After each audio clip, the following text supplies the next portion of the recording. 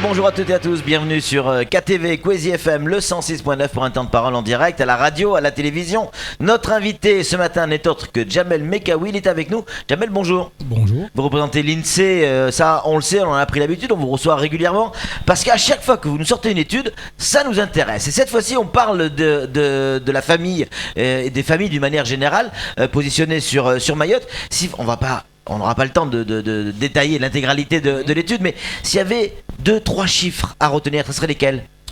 Ah oui, les gars, c'est relativement compliqué, mais plus que des chiffres, parce que, comme a été bien précisé, on est un petit peu baigné dans cette culture et du coup, pour nous, c'est difficile de parler sans chiffres. Je vais vous présenter les principaux messages. Oui. Alors, d'abord, en premier lieu, et c'est un constat qu'il est important de souligner, le modèle familial à Mayotte, c'est le modèle de la famille nombreuse. C'est relativement évident quand on vit sur place, et ça rebondit sur la publication précédente liée au recensement qui parlait d'un indice de fécondité à 4,1 enfants par femme. Mais ce qui est important, et ça oriente beaucoup les politiques publiques, et ça doit orienter beaucoup les politiques publiques, c'est que dans un grand nombre de cas, il y a beaucoup d'enfants au sein de la famille. Alors si je cite un chiffre, on a 51% des familles avec enfants qui ont 3 enfants ou plus, alors que ce taux n'est que de 17% dans le reste de la France.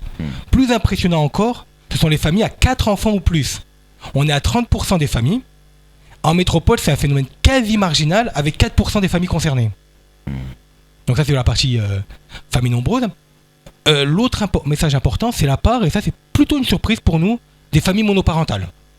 Donc parmi les familles avec enfants... Alors monoparentale, ça veut dire qu'on n'a que la maman ou que le papa. Exactement, oui, vous avez raison, il faut préciser les termes. Famille monoparentale, c'est une famille qui vit seule, père ou mère, avec ses enfants.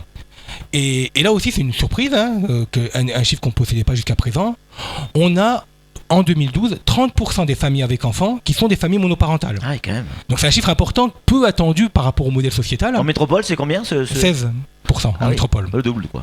Donc on est sur le même chiffre pour des raisons vraisemblablement différentes que la Réunion, et très nettement en deçà des Antilles, mais où la monoparentalité s'explique par d'autres contextes. Donc la famille monoparentale est un modèle important. À Mayotte, 30% des familles monoparentales. Et ces familles monoparentales ont aussi beaucoup d'enfants. En particulier, si vous citez un chiffre, un quart des familles monoparentales ont 4 enfants ou plus. Donc on a des familles avec un seul parent à l'intérieur du ménage. Est-ce qu'on sait pourquoi, Jamel ? Pourquoi à Mayotte on a plus de familles monoparentales ? C'est très difficile de répondre à ça. Entre les données économiques, la pauvreté du territoire et peut-être des divorces, des mises en couple, on a vraisemblablement un faisceau d'explications, mais nous on n'a pas d'éléments explicatifs statistiques sur le phénomène. Le troisième message que vous voulez faire passer ? Alors il y a quelque chose aussi d'important qui est souvent évoqué, qui est très souvent évoqué au niveau des statistiques locales. Ce sont ce qu'on appelle un petit peu, de manière directe, les mineurs isolés. Alors d'abord, c'est important de repréciser, ce qu'on appelle mineur isolé, c'est pas si isolé que ça, parce que la terminologie est un petit peu directe. Un mineur isolé, c'est un mineur qui ne vit pas avec ses parents. Donc c'est important à dire, parce que c'est vrai que dans l'imaginaire collectif, on voit des mineurs isolés un peu dans le modèle favela des différents territoires que l'on peut citer. Alors, à Mayotte, on a un peu moins de 4000 enfants qui ne vivent pas avec leurs parents. Donc c'est un chiffre important, chiffre aussi très important dans les politiques familiales. Mais parmi ces 4000 enfants, on en a 7 sur 10 qui vivent soit avec des parents, principalement tantes, oncles, grands-pères, grand-mères. 1 millier qui vit avec un adulte référent, et 400, un peu moins de 400, qui vivent soit seuls, soit entre mineurs. Donc le fameux mineur totalement isolé, celui qu'on peut malheureusement rencontrer, sur lequel on a pu faire des reportages, qui vit dans les décharges du côté de Jumbo là-bas, eux ils sont qu'entre 300 et 400. Oui, ce qui est un chiffre considérable par rapport au constat national. C'est-à-dire que on s'habitue tellement à des chiffres importants qu'on en vient à minimiser des chiffres qui le sont aussi. Ouais, mais alors le mineur isolé, pour rester là-dessus, après on va donner la parole à Samuel, mais le mineur isolé, celui qui a un tuteur, on en a rencontré. Non, oui, moi j'ai ma tante qui, je vais les voir tous les 2 jours, qui vivent dans tel village. Mais le reste du temps, il reste sur Mamoudzou et on le retrouve dans les poubelles. Celui-là, il n'est pas considéré comme mineur isolé. Ça dépend où il a déclaré vivre au moment du recensement. Là, c'est un petit peu, le schéma est un petit peu complexe. On peut avoir de la famille, mais malgré tout, être dans une situation de vie en dehors de la famille constituée. Et ce qui est important, parce que souvent on mélange un peu les débats, c'est que ces mineurs dits isolés ou personnes qui ne vivent pas dans leur famille, à moitié du temps, ils sont français. Donc on n'est pas forcément que dans des schémas de problèmes sociaux, on a aussi des enfants qui vivent avec des tantes, des oncles, dans un modèle sociétal lié au passé.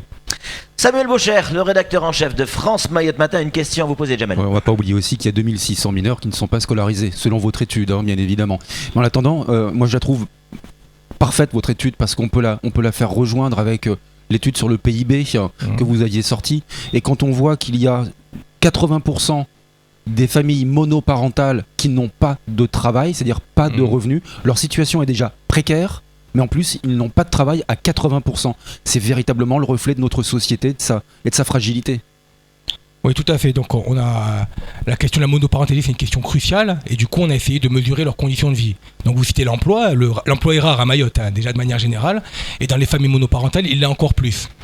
Et quand on regarde un peu leurs conditions de vie, on voit qu'ils vivent plus souvent dans des logements en tôle, dans des petits logements d'une ou deux pièces, 50% dans moins de 2 pièces. Et schéma intéressant aussi, là ça c'est aussi une vraie nouveauté, 38% de ces familles monoparentales vivent avec quelqu'un d'autre. Donc on a des familles un peu complexes à Mayotte, on vit pas classiquement papa, maman dans une maison. C'est un modèle majoritaire, mais malgré tout, on a beaucoup de cas, et c'est vrai pour les familles monoparentales, où il y a soit plusieurs familles monoparentales qui vivent sous le même toit, soit une personne différente rattachée au ménage, une grand-mère, un autre, ou que sais-je. Cette étude permet par recoupement d'avoir une idée également du nombre d'étrangers à Mayotte. Non, pas précisément. Pas celle-là, pas cette étude. Le nombre d'étrangers, on l'a mesuré au sens du recensement de la population. Ouais. Donc on était à 40% d'étrangers en 2012. Donc c'est pas cette étude, mais c'est des chiffres qu'on a déjà sortis par ailleurs. Alors, est-ce qu'on peut faire un rapprochement entre les anciens chiffres et ceux-là pour avoir une idée précise de ce qui se passe à Mayotte aujourd'hui ? Non, c'est souvent une question qui est posée. Oui. Malheureusement, par rapport à cet élément, c'est des grandes données structurelles et structurantes, et les données issues du recensement, on ne les réactualise pas chaque année. Donc notre grand enjeu, là, c'est de préparer le recensement de 2017 pour avoir des données nouvelles. Mais c'est vrai qu'on a toujours l'impression que les données évoluent vite.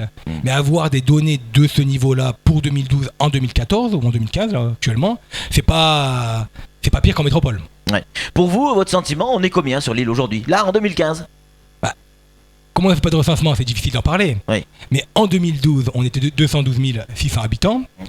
Et on peut vraisemblablement penser qu'au jour d'aujourd'hui, on doit être sur fourchette autour de 230 000 habitants. 230 000. 225 000, 230 000. Comment vous expliquez que personne, pas grand monde croit à ce chiffre ? On a un vrai problème de crédibilité sur ce point. Ouais. Alors, et je m'explique assez mal, c'est un schéma assez original pour l'INSEE. Généralement, on est sur le chiffre du recensement, on est plutôt cru. Et je pense qu'il y a une sensation forte de flux, mais qu'on a mesuré. Il y a des flux importants qui viennent à Mayotte et qui conduisent à ce que les personnes pensent qu'on est plus nombreux que ce qu'on affiche. Mais ce qui est étonnant, c'est qu'on peut dire, là on est 4, on peut dire on est plus nombreux, on est 5 ou 6, on a cette sensation. Mais quand on parle de 200 000, 300 000, il est difficile d'avoir une sensation.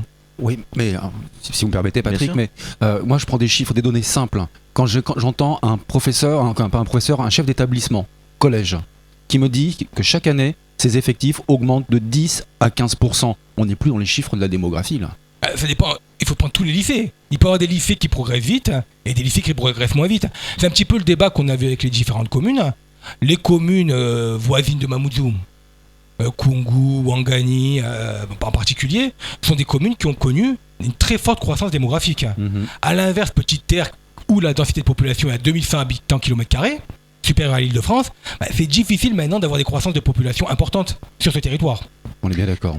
Jamel, à quoi ressemble une famille mahoraise, selon votre étude ? Alors la typologie de la famille mahoraise, c'est un petit Déjà, peu il va peut-être compliqué. falloir définir ce qu'est un mahorais. Oui, ça c'est une question plus sociologique que statistique. Alors nous, on a des critères d'abord simples. Pour nous, un mahorais, c'est celui qui habite à Mayotte, dans l'étude. Après... Alors même s'il est originaire d'Anjouan, de Moélie, de Singapour, où il vit à Mayotte, il est mahorais. Pour vous, il est mahorais. Il est mahorais dans l'étude, après. Dans l'étude, oui. Il est résident de Mayotte, il est mahorais par simplification de propos. Après, nous, on n'a que deux critères qui coexistent. Le lieu de naissance, qui est né à Mayotte, qui est né en métropole et qui est né à l'étranger. Et l'autre critère, c'est la nationalité.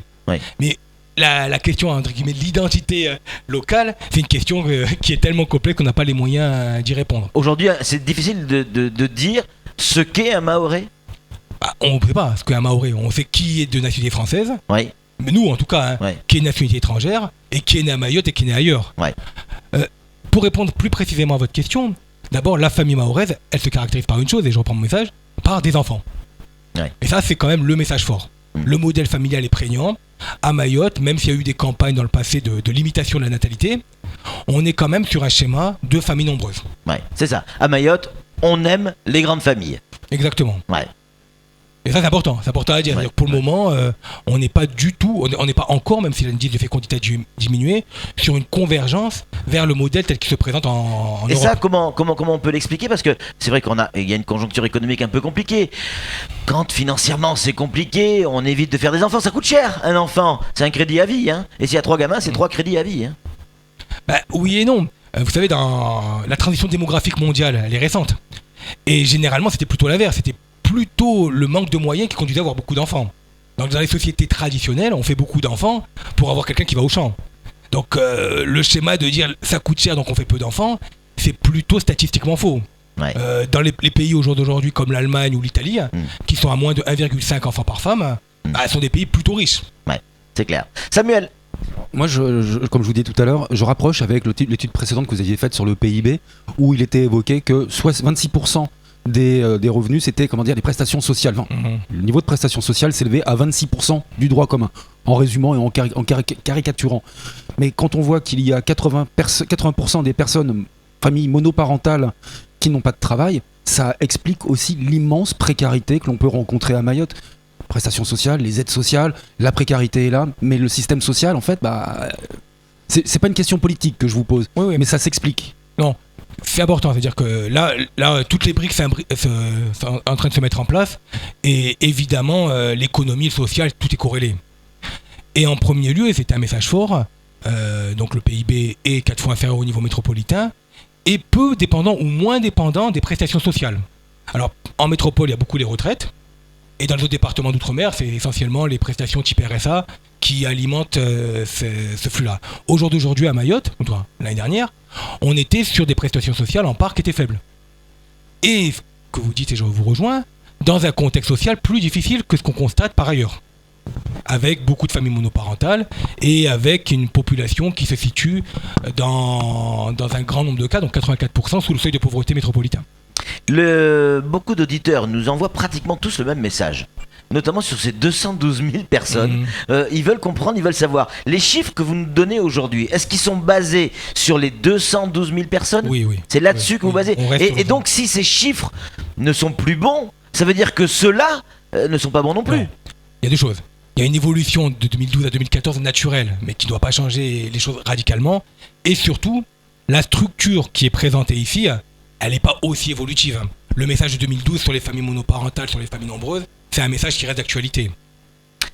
C'est Flo qui avait une réaction à proposer. Oui, vous en fait, l'INSEE, vous êtes fournisseur de statistiques, vous êtes fournisseur de chiffres. Votre but n'est pas de produire des portraits types ou des analyses sociologiques.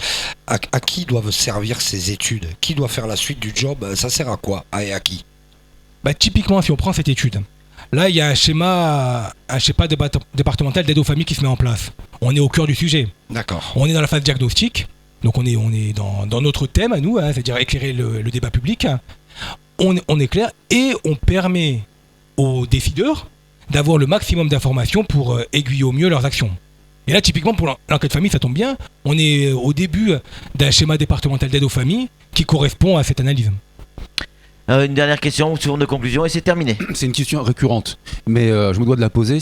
Le prochain recensement, c'est 2017, soit un cycle de tous les 5 ans. Ce qui nous pose problème à Mayotte. Sur d'autres territoires comme à La Réunion, dans les autres DOM, c'est une correction qui est annuelle. En effet, il y a des mécanismes qui sont mis en place, mais quand, à Mayotte, ces mécanismes seront-ils mis en place pour nous permettre d'évoluer, d'avoir une meilleure connaissance de ce que nous sommes et de combien nous sommes? Oui. Alors c'est le recensement en continu, tel qu'on l'appelle, qui se passe dans les autres territoires. Alors pour l'instant, on est un petit peu en attente. Alors il y a une raison première, c'est que le recensement en continu, sa qualité dépend beaucoup des fichiers administratifs. Donc en particulier au niveau national, on recale, pour pas faire de bêtises, avec la taxe d'habitation. Parce que vous savez, le recensement continu, on recense pas tout le monde. On fait des sondages. Donc la qualité de ce recensement dépend beaucoup des sources externes dont on dispose. Donc la taxe d'habitation en particulier au niveau national. Et bon, il y a les fichiers de la Poste et d'autres fichiers, je ne vais pas rentrer dans le détail. Et au jour d'aujourd'hui, c'est un petit risque à prendre de passer dans un système qui repose beaucoup sur les fichiers administratifs. Ça commence à converger. localement, mais on n'est pas encore là. Et pour conclure ce propos, la statistique, il y a la statistique de mesure, la collecte auprès des ménages, ça c'est une chose. Mais une grosse partie de la statistique, ou une grande partie de la statistique, elle dépend de des capacités à collecter des fichiers administratifs. Donc au jour d'aujourd'hui, les dossiers de services fiscaux commencent à monter en niveau. On attend tous les fichiers de ce niveau-là, et une fois qu'on aura des fichiers de niveau équivalent à ce qu'on connaît par ailleurs, on aura encore un meilleur éclairage plus actualisé de la statistique publique. Merci beaucoup Jamel Mekawi. On rappelle, vous représentez l'INSEE et cette très belle étude faite sur les familles adossée sur des chiffres 2012. Travail remarquable en effet. Ouais, allez, c'est tout pour ce temps de parole. Tout de suite la suite de nos programmes.